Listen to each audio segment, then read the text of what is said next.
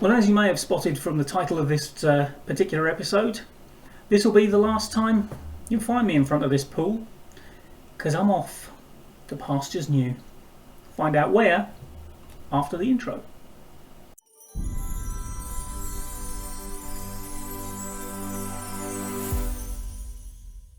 Okay, we have left Kuwait. I am heading to Cameroon with Bambutos FC de Umbuda.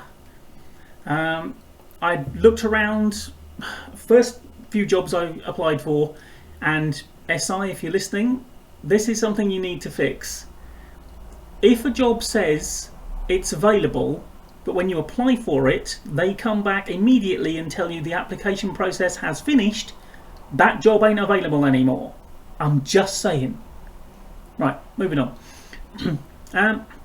Yeah, so I applied for a few, got that reply.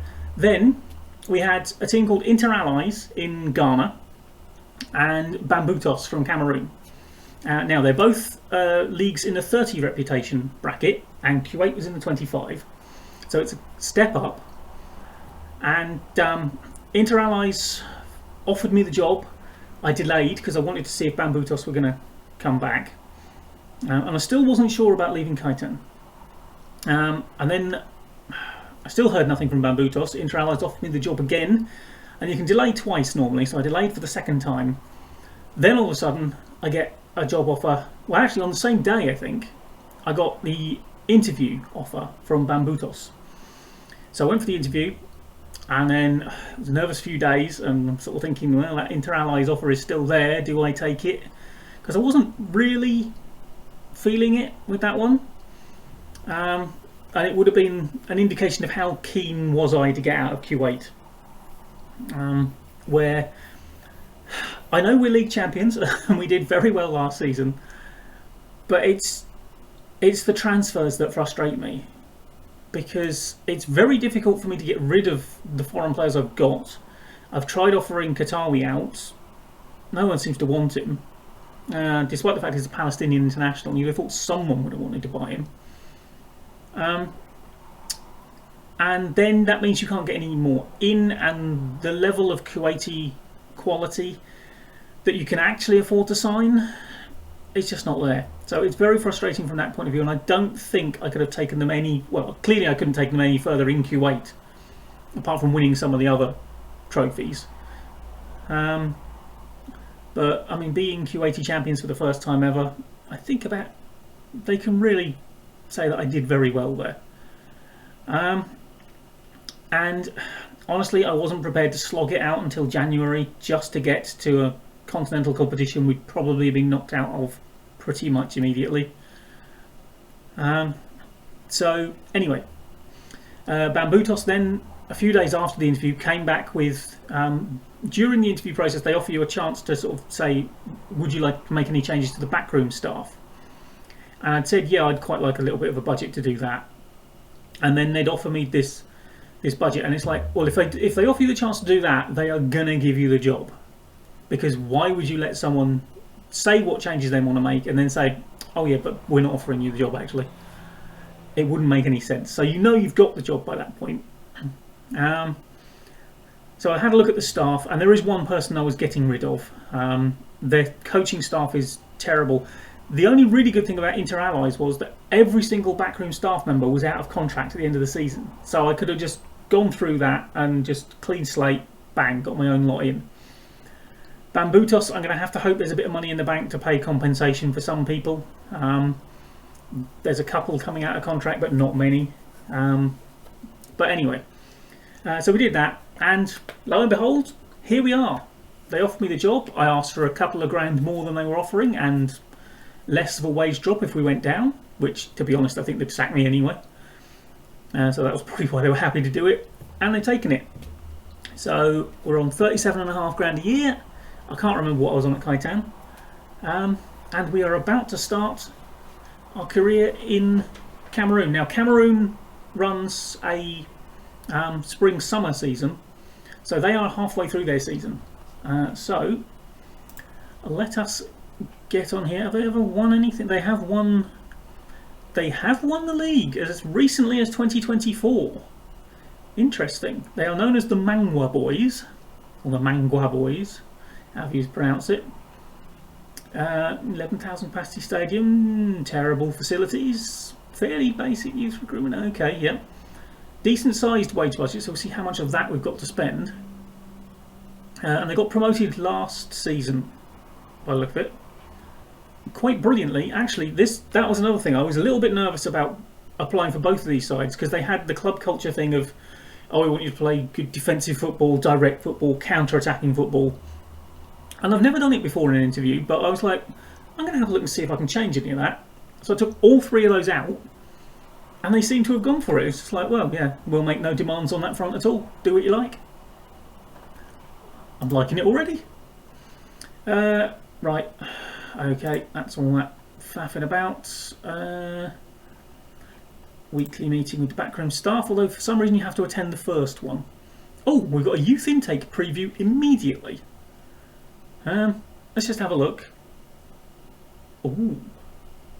I mean, the number of times that is a blatant lie is not worth worrying about, but that does look quite promising. So I will have to off-screen get a look at that, but let's have a quick look and see where the talent lies. Okay, we've got someone who can actually play out wide, which is nice. Didn't have that in Kuwait, did we? Now, Chonu we had a look at. He looked quite useful. I mean, there's a decent... I mean, we've got a couple of good 17-year-old lads here. So that's good. We've got an 18-year-old goalkeeper who's potentially useful, and a 19-year-old who might make something. So I can see promise here. Certainly. Let me just quickly show you the situation they're in. They're mid-table. 13 points at the moment away from the relegation zone, which could be cut to 7 if Gico go mental and win a couple of games. But I think this should hopefully just be a season of just steady the ship and look for who we can sign. We seem to be in the last 16 of the cup, with a home draw against what looks to be lower division opposition. So possible cup glory. Fun times. It's always exciting taking over a new side. And how many is this now? Was this my 5th team? What do we do? Aston Villa, Holder, Institute, Kaitan, and now, yeah, 5th team in, what, 8 years? I get about a bit, don't I? Right, well, join me for the first game in charge of Bamboo Toss, and we'll see how we're looking. Well, here we go. Our first game in the Cameroon top flight. It's at home to Tonnerre. We're both kind of mid-table. They're a bit better mid-table than we are. And once again, I've set it up at a point where I thought it was about to go, and it hasn't. So, marvellous. Now, we do have a little bit of a problem at this team. Basically, we haven't got any fullbacks, and we've only got about 3 people. Well, actually, looking at it, because I can see 2 on the bench, but 4 people who can play out wide at all, in any capacity whatsoever. So, as you can see, I'm going 3 at the back, flat 4 across the middle. We're going to have to be attacking, basically, because I can't put any more people at the back, because they won't let me put another central defender back there. And we haven't... I'll tell you what, we've got 1 full-back. We've got Rostand here. But, unfortunately, it's probably not a good idea to play an asymmetric formation where you've got a full-back on one side but not on the other. Works a lot better going forwards, the asymmetry, to be fair. So it's sort of good to throw out people's defences by giving them something different to look at. Probably not best to give them a massive gap in your defence to say, please kick the ball here, there won't be anyone there. No offence, but ask Norwich, who haven't had a proper left back for weeks. Excuse me. Oh, I knew that biscuit was a mistake. Right. All the best. Have fun. One of them's motivated.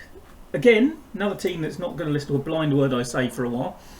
We appear to play in blue, which is good. Nice change of kit. So let's just hope that this doesn't go disastrously badly, shall we? Okay. This is a very short pitch, isn't it? As I mean, you can almost see both goals in the shot at the same time there. This is a squat old pitch.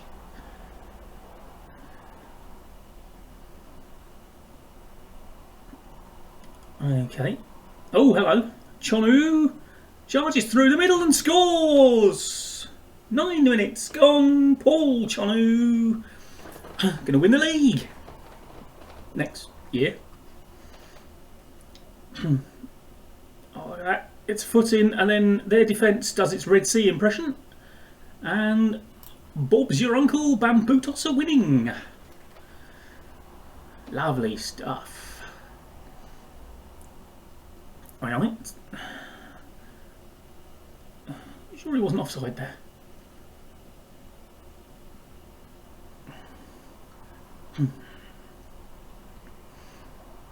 I mean, this is going to be a team. I think that if we can get through this season, and get to the halfway point, this is going to be a counter attack, isn't it? All that faffing about, and they are going to get the chance unless Matey gives it away again. Oh, you didn't watch the run. Oh, that's a cheeky little chip, that is, isn't it? That's dirty, sir. You shouldn't be doing that in front of kids. It's an outrage. Mind you, you shouldn't be defending like that in front of kids either. What sort of example are you setting? Good grief. Right, let's shout a bit of encouragement. Anyway, I was saying, before I was so rudely interrupted by us conceding the goal, that, oh my word! I'm never going to get these words out. Yeah, there's a rebuild needed here. Obviously, we need some wide players. That much is very clear. Look at that. Lumps the ball up, chests it down, bang. 30 yards, not a problem. I think we do have some genuine talent in this side. And I think it's been a few days since I got to this point in the save and then left it so I could just come straight in and record. I think I signed some of our better players that are coming out of contract, which is about half the squad that are coming out of contract. At the end of the season, so I definitely tried to sign some of the better ones to new deals.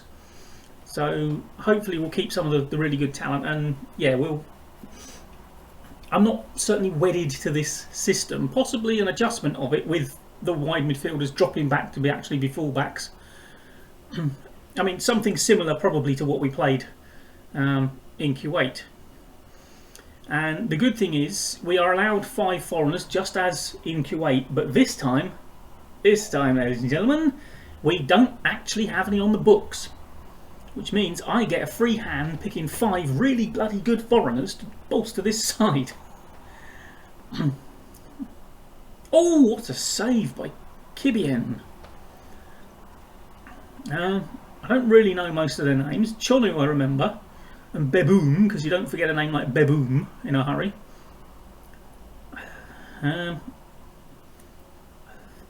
We've got Fondo Malone, Peleg, who probably wishes people called him Pele, but I just think of Pegleg, and he's done it again! What is it with these Tonnerre players and their filthy chipped finishes? It's outrageous behaviour.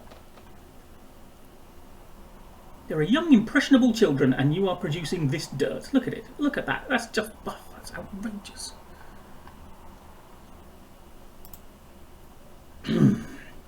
Well, we've proven we can take the lead. We've also proven we can't hold it. We have been much the better side, in my opinion. It doesn't help, but every time they get a really good chance, they bloody score it. We seem to be getting lots of not quite such good chances, especially our goals. I mean, look at that. That was barely registered, that one, didn't it? Right, we've been the better team. Keep doing what you're doing. Except you, Rostan Yimga. But you're probably quite safe because the chances of me having a wide player to replace you are almost nil.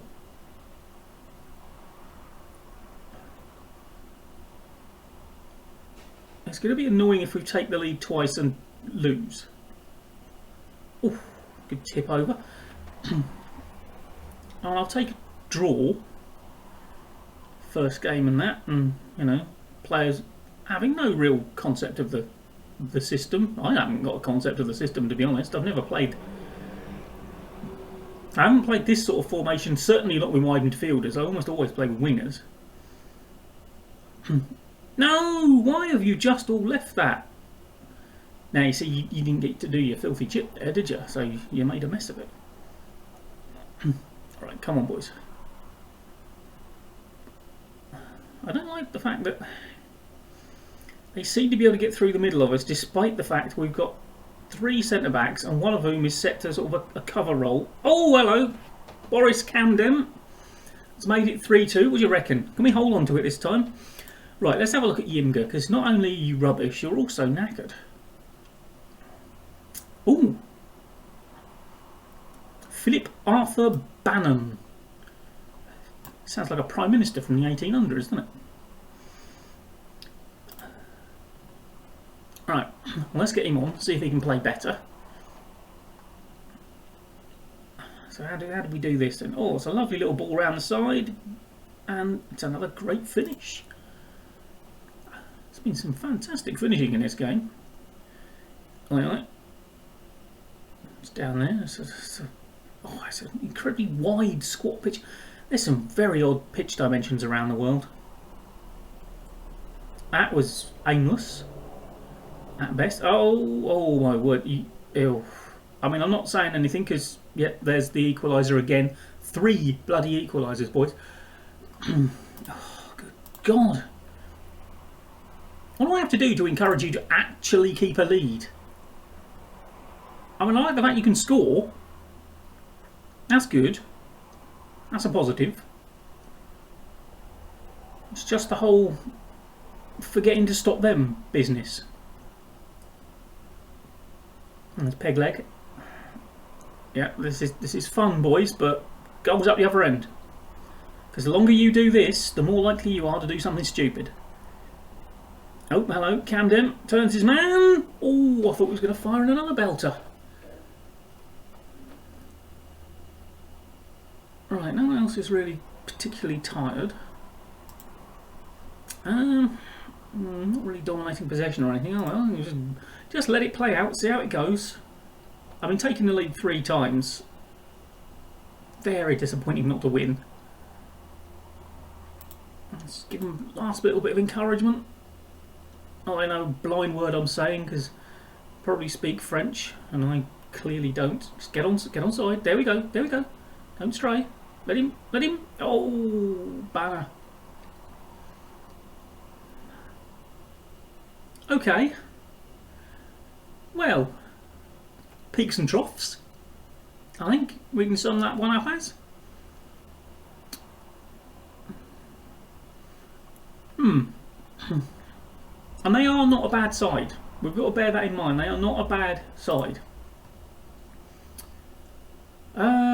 I'm going to say it's disappointing not to win, considering the chances we had, because, I mean, the chances we had can also be construed as not just chances in front of goal, lads, but 3 chances to hold on to a flaming lead. I mean, they'll be happier with that point than we will. Right, well, we've extended our gap over 16th place. Oh, by the way, their manager, Gico's manager, has been giving it all that about my appointment and thinks it's a mistake. He's like, well, I'm not the one in the relegation zone, mate, so, you know, glass houses and all that. Right, well, that was our first game in Cameroon. Now,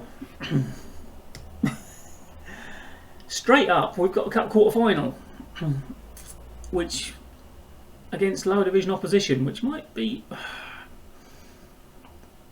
might be interesting to come back. Unfortunately, the Gico game is way down here. Now, what we might do then is basically pretty much go nowhere, and we'll do the Cup quarter-final, and we'll play Canon Yaoundé. I think after we've done this one, we will definitely come back for the game against Gico, who, by the way, while you're getting above yourselves, I have never heard of you. And I have heard of more obscure African sides than most.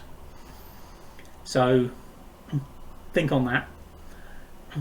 But anyway, yes, also what we'll do next time is we'll have a look around the world, see where we are.